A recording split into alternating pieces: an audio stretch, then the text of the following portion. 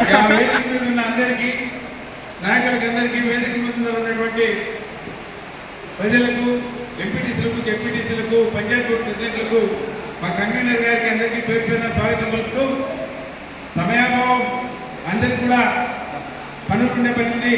3:30 అని చెప్పి 6 అవుతుంది కాబట్టి అంత తొందరగా ముగించమని ప్రజలు పెడతా ఉన్నాడు. ప్రజలారా బాగా గుర్తుపెట్టుకోండి, ఈరోజు ఈ ముఖ్య కార్యక్రమం తెలుగుదేశం పార్టీ ప్రభుత్వం ఇప్పటికి ఏర్పడి 14-15 నెలలు అవుతా ఉంది. ఈ 15 నెలలుగా మీరు చెప్పిన సంక్షేమ పథకాలు ఏది అవలంబించడం లేదు కాబట్టి ఇన్నాళ్ళ మీకు వెసులుబాటు ఇచ్చి టైం ఇచ్చి మా జగన్మోహన్ రెడ్డి గారు వైఎస్ఆర్ కాంగ్రెస్ పార్టీ క్యాడర్కి ఒక దిశ నిర్దేశం ఇచ్చి మీరు ప్రజల్లోకి వెళ్ళండి, ఈ క్యూఆర్ కోడ్ని రిలీజ్ చేయండి. ఈ క్యూఆర్ కోడ్ని మీ ఆండ్రాయిడ్ ఫోన్లలో అలా ప్రెస్ చేసిన మరుక్షణం ఆ చంద్రబాబు నాయుడు గారు చెప్పిన హామీలన్నీ దాంట్లో డిస్ప్లే అవుతాయి. ఈ డిస్ప్లే అయిన వాటిలో ఏమి చేశాడు, ఏమి చేయలేదు, గత ప్రభుత్వం ఏం చేసింది, ఈ ప్రభుత్వం ఎలా మోసం చేసిందని చెప్పి సుదీర్ఘంగా 25 నిమిషాల పాటు జగన్మోహన్ రెడ్డి గారు దాంట్లో స్పీచ్ ఇవ్వడం జరుగుతుంది. దయచేసి మీరు ఆ క్యూఆర్ కోడ్ అందరూ ఫోటో తీసుకోండి, అందరికీ స్నేహితులకు పంపించండి. ఆ క్యూఆర్ కోడ్ ఓపెన్ చేసిన తర్వాత ఈ ప్రభుత్వం చేస్తున్న మోసాలన్నీ కూడా ఆ క్యూఆర్ కోడ్లో ఓపెన్ చేసిన మరుక్షణం మనం వెళ్ళి తెలిసే కార్యక్రమం జరుగుతుంది. మీరందరూ చూశారు, ఎన్నికల ముందు మేనిఫెస్టో చూసాం, మనం కూడా సిద్ధం సభలకు వెళ్ళాం. మన జగన్మోహన్ రెడ్డి గారు ఏమైనా చెప్తారేమో, గతంలో ఇచ్చే సంక్షేమం ఖండంగా ఎక్కువ చెప్తాడేమో, వీలైతే రైతులకి ఏమైనా ₹1,00,000 రుణమాఫీ చెప్తాడేమో అని మనందరం ఎదురు చూసాం. కూడా మేము నాయకులు అడుగు ముందుకేసి జగన్మోహన్ రెడ్డి గారి దగ్గరికి పోయి రిక్వెస్ట్ కూడా చేసుకున్నాం. సార్, రైతుల పరిస్థితి బాగలేదు, మీరు సంవత్సరానికి 13,000 చొప్పున మీరు 6,000 చొప్పున కేంద్ర ప్రభుత్వం ఇస్తున్నారు, ఈ రెండు కల్పించే మొత్తం యాడ్ చేస్తే ₹1,00,000 అవుతుందేమో, కేంద్ర ప్రభుత్వం కాకుండా మీరు ఒక్కరే ₹1,00,000 రుణమాఫీ చేస్తామని చెప్పండి సార్ అన్నప్పుడు నేను అబద్ధాలు చెప్పలేను. చెప్తే ఆ మాట మళ్ళా చెప్పిన మాట కట్టుబడి ఉండాలా? మన దగ్గర బడ్జెట్ ఇప్పుడు ఇస్తున్న సంక్షేమానికే సరిపోతుంది తప్ప నెక్స్ట్ ఇచ్చే సంక్షేమం చేయలేని పరిస్థితి కాబట్టి నేను అబద్ధాలు చెప్పనని నిక్కచ్చిగా మా నాయకులకి చెప్పి మీరు ప్రజల దగ్గరికి వెళ్ళండి, మనం ఎక్కడ మోసం చేయలేదు, చెప్పిన ప్రతి మాట మనం నిలబెట్టుకున్నాం. ఆ మాట ప్రకారమే మీరు ప్రజల దగ్గరికి ఓట్లడగని చెప్పడం జరిగింది. 5 ఏళ్ళు రాజ్యాధికారం చేతిలో పెట్టుకుని 5 ఏళ్ల పాటు పాలించిన వ్యక్తికి ఈ బడ్జెట్ మీద, మన రాష్ట్రంలో వచ్చే ఆర్థికం మీద, సంక్షేమం మీద ఖర్చు పెట్టే లెక్క మీద ఒక అవగాహన ఉంది మన జగన్మోహన్ రెడ్డి గారికి. 14 ఏళ్ళు ముఖ్యమంత్రిగా గతంలో నువ్వు ఉన్నావు, ఇప్పుడు ఇచ్చే 5 ఏళ్ళు కాకుండా 14 ఏళ్ళుగా నువ్వు ముఖ్యమంత్రిగా ఉండి అన్ని బడ్జెట్ ప్రవేశపెట్టి అంత అనుభవజ్ఞమైన నువ్వు ఆచరణ సాధ్యం కానీ హామీలన్నీ ఇచ్చి ఈ బుద్ధ హామీలు నెరవేర్చలేక గల్లాపెట్టలో ఏమీ లేదు, బడ్జెట్ డబ్బులు లేవు అని కారికూతలు చూస్తున్నావే, నీ అనుభవము, నీ మోసము ఏమైనా 14 ఏళ్ల పాటు నువ్వు పాలించావు కదా, ఈ 14 ఏళ్లలో నీకు తెలియదా మన దగ్గర బడ్జెట్ సహకరించదని? తెలిసి రాజ్యాధికారం చేపట్టే దానికోసం ప్రజల్ని ఇక్కడ నీవు నా మోసం చేసే కార్యక్రమం గతంలో కూడా ఏమన్నా చేశావు.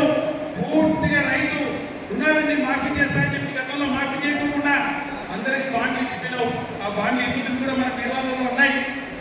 అంతకంటే ముందు డ్వాక్రా మహిళా సోదరులకు తెలుస్తుంది, మీ డ్వాక్రా రుణం ఎందుకుంటే అంతా మాఫీ చేస్తానని చెప్పిన వ్యక్తి చంద్రబాబు నాయుడు. ఇంకొక అడుగు ముందుకేసి మీ బంగారం, తాకట్టు పెట్టిన బంగారం ప్రతి గ్రామంతో సహా తీసుకెళ్తే మేము వెళ్ళేస్తామని చెప్పిన ఘనత కూడా ఆయనకే తెలుస్తుంది. కూడా ఏ ఒక్కటి ఒక బంగారం ఇట్లే మీ రుణం అంటే డ్వాక్రా రుణం ఏంటి మాఫీ చేయలే, రైతుల రుణాలు కూడా ఏమి మాఫీ చేయలే. అయినా మళ్ళీ లంగామండి కేంద్ర ప్రభుత్వం ఇచ్చే రైతు భరోసా కాకుండా నేను ఒక్కటే సంవత్సరం ₹20,000 ఇస్తానని చెప్పిన ఆ వ్యక్తి ఇప్పుడు 14-15 నెలలు దాటిన తర్వాత కూడా ఒక్క కంపు కూడా వేసిన పాపన కేంద్ర ప్రభుత్వం తను చెప్పిన మాట ప్రకారం తన కంపెనీ ప్రకారం తను వేస్తూనే ఉంది. ఈయనకు మాత్రం రైతులు మాత్రం ఎక్కడా గుర్తుకు రావడం. ఇదే కాదు చెప్తున్నారా, రైతు భరోసానే కాదు, ఆయన చెప్పిన ఏ మాటైనా సరే నిరుద్యోగులకు ఇస్తానే కూడా ఇవ్వడంలా, కొత్త ఉద్యోగాలు సృష్టించడంలా, పాత ఉద్యోగాలను కూడా పెంచే కార్యక్రమం, రాయలసీమ ఉద్యోగాలు కూడా పెంచే కార్యక్రమం జరిగిపోయింది కూడా. పోనీ నిరుద్యోగ గురించి మనం ఏమైనా అడుగుతామేమో అని దాన్ని స్కిల్ డెవలప్మెంట్తో కలిపేసి ఇంకెవరో కానీ నిరుద్యోగ గురించి అడగకూడదు, స్కిల్ డెవలప్మెంట్తో కలిపేసినాను, ఇంకెవరైనా మాట్లాడితే మీకు 4 మందమే అని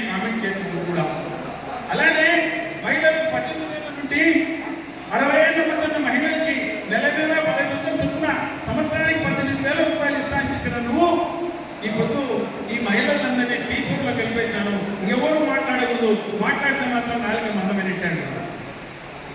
మీ ఇంట్లోనే 4 మంది ఉండాలి ఉంటారు కదా, మా ఇంట్లో లేదా మీ ఇంతగా రెస్పెక్టే అది గుర్తుపెట్టుకొని చంద్రబాబు నాయుడు గారు ఏ మాటైనా ఏ సంక్షేమమైనా చెప్పింది ఏది చేయకుండా పెన్షన్లు చెప్పావు, 3,000 4,000 చేస్తాను చేసావు, కానీ ఏదయ్యా 14 నెలలు అవుతుంది కదా, ఏ ఒక్క కొత్త పెన్షన్ అయినా ఇచ్చావా? ఈ 14 నెలలుగా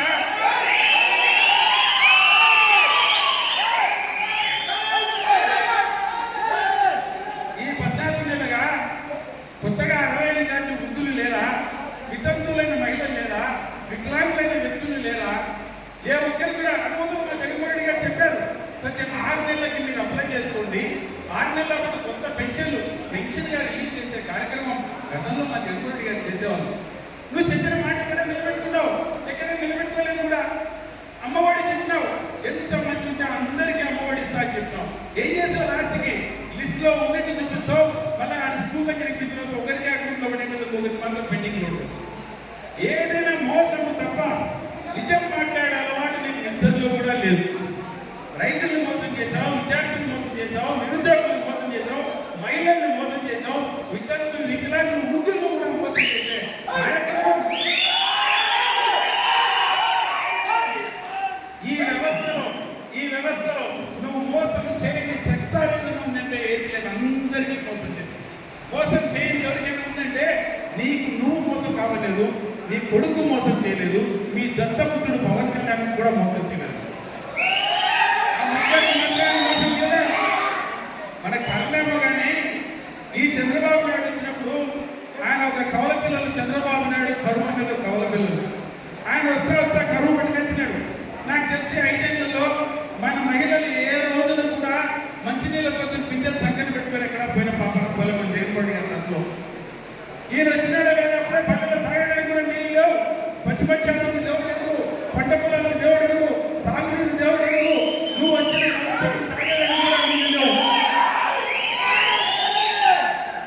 ఎక్కడో మీలాంటి ఊళ్ళ మీద కొన్ని కెనాలు పోతా ఉన్నాయి. ఆ కెనాలలో నీళ్లు పోతా ఉంటే ఆ నీళ్లు నింపితే బావులు బోర్లు రీఛార్జ్ అయితే పంట పెట్టుకున్నాం దేవుడాన్ని అనుకుంటున్న టైంలో మీ పార్టీ నాయకులకు ఎమ్మెల్యేల కమిషన్ల కోసం కక్కుర్తిపడి ఆ కాలువ కూడా లైనింగ్ చేసే కార్యక్రమం. ఆ నీళ్ళు ఇంకిపోకూడదు, ఆ నీళ్ళు ఇంకితే బావులు బోర్లు రీఛార్జ్ అవుతాయి, ఈ రైతులు పంట పెట్టుకుని బాగుపడకూడదు, ఎవరు బాగుపడకూడదు, నీ కుప్పానికి నీళ్ళు తీసుకుపోయేటందుకు కోసం నీ కెనాల కింద లైనింగ్ చేసుకునే కార్యక్రమం.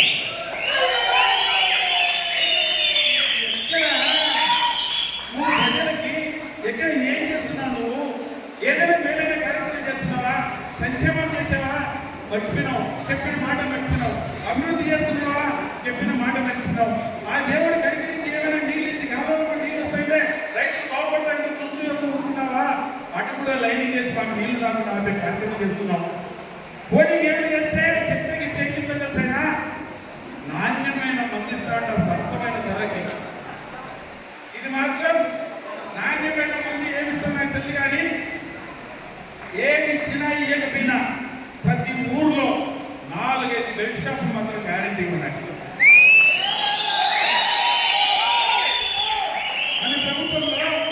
మన ప్రభుత్వంలో తెలుగుదేశం లేదు, వైసీపీ లేదు, ఏ కార్యకర్త బెడ్ షాప్ పెడితే దాదాపు కార్యక్రమం జరిగేటప్పుడు ఈ రోజున ప్రతి ఊర్లో బెడ్ షాప్ పెట్టి చికెన్ పకోడా పెట్టి చైనీస్ రెస్టారెంట్ పెట్టి కుర్చీ వేసి దగ్గరుండి లోన్ వేసి 50 గాడికి తీసుకొచ్చినా అంటే నీకు తెలిసింది ఏంటంటే ప్రజలను చెడగొట్టే కార్యక్రమం తప్ప ప్రజలకు మేలు చేసే కార్యక్రమం ఏదీ చేయలేదు కూడా.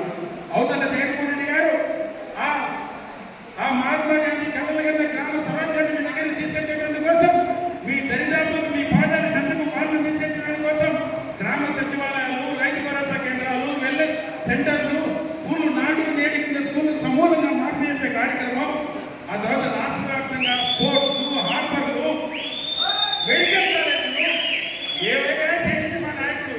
సంక్షేమం చూపించాడు, అభివృద్ధి చూపించాడు, పేద ప్రజలు బయటికి తీసుకెళ్ళడానికి కోసం, పేదల కోసం ఎన్నో కార్యక్రమాలు చేపట్టిన ఆ జగన్మోహన్ రెడ్డి గారే వాళ్ళ నాయన రాజశేఖర రెడ్డి గారు తప్ప మీ కుటుంబం ఏ పొద్దు కూడా చంద్రబాబు నాయుడు కుటుంబం ప్రజల కీడు కోరుకున్నారు తప్ప మీరు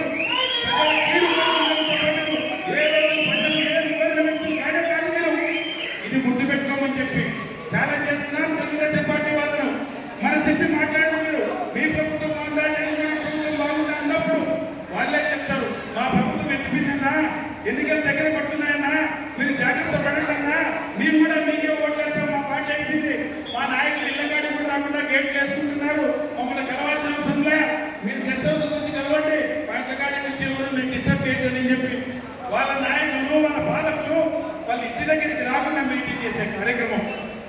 ఇలాంటి తరుణంలో గుర్తుపెట్టుకొని చదువుతారా, ప్రజల దగ్గరికి వెళ్ళినప్పుడు వైఎస్ఆర్ కాంగ్రెస్ పార్టీ చేసిన మేలు, తెలుగుదేశం పార్టీ చేసిన మోసాన్ని ఎండగట్టే కార్యక్రమం చేయమని చెప్పి ప్రజల దగ్గరికి వెళ్ళినప్పుడు గుర్తుపెట్టుకొని చదువుతారా, మనకు ఆంధ్రజ్యోతి లేదు, ఆంధ్రజ్యోతి లేదు, ఈనాడు లేదు, మనకు అందరూ వ్యతిరేకమైన పేపర్లో ఉన్నారు, ఒక సాక్షి పేపర్ తప్ప, సాక్షి టీవీ తప్ప.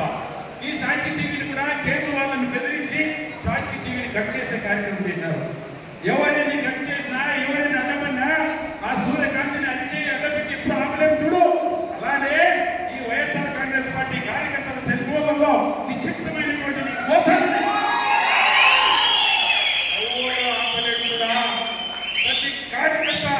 ప్రతి కార్యకర్త లైవ్లీ టెలివిజన్ మా వాడు చూపిస్తారు. ఈ సినిమా దీంట్లోనే ఈ పుల్లి తెర మీద చంద్రబాబు నాయుడికి, లోకేష్కి, పవన్ కళ్యాణ్కి, మీ బీజేపీకి ఈ పుల్లి స్క్రీన్ మీదనే మీకందరికీ వైఎస్ఆర్ కాంగ్రెస్ పార్టీ కార్యకర్త సినిమాలు చూపిస్తామా, మా సినిమా చూపిస్తాడు కూడా.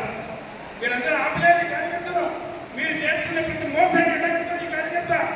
ప్రతి ఊరిలో, ప్రతి అక్కకు, ప్రతి చెల్లెమ్మకు, ప్రతి వృద్ధునికి, ప్రతి విద్యార్థికి, ప్రతి నిరుద్యోగికి, ప్రతి ఒక్కరికి చూపించే కార్యక్రమం చేయాల్సిన గురుతర బాధ్యత YSR Congress party social media కార్యకర్తల మీద, వైఎస్ఆర్ కాంగ్రెస్ పార్టీని అభిమానించే ప్రతి వ్యక్తి మీద ఈ బాధ్యత ఉందని తెలియజేస్తూ, అవకాశం ఇచ్చిన పెద్దలకు కృతజ్ఞతలు తెలియజేస్తూ, ఈ కార్యక్రమాన్ని ఇంత దిగ్విజయంగా నడిపిన ప్రతి ఒక్కరిని పేరు పేరున కృతజ్ఞతలు తెలియజేస్తూ, జోహార్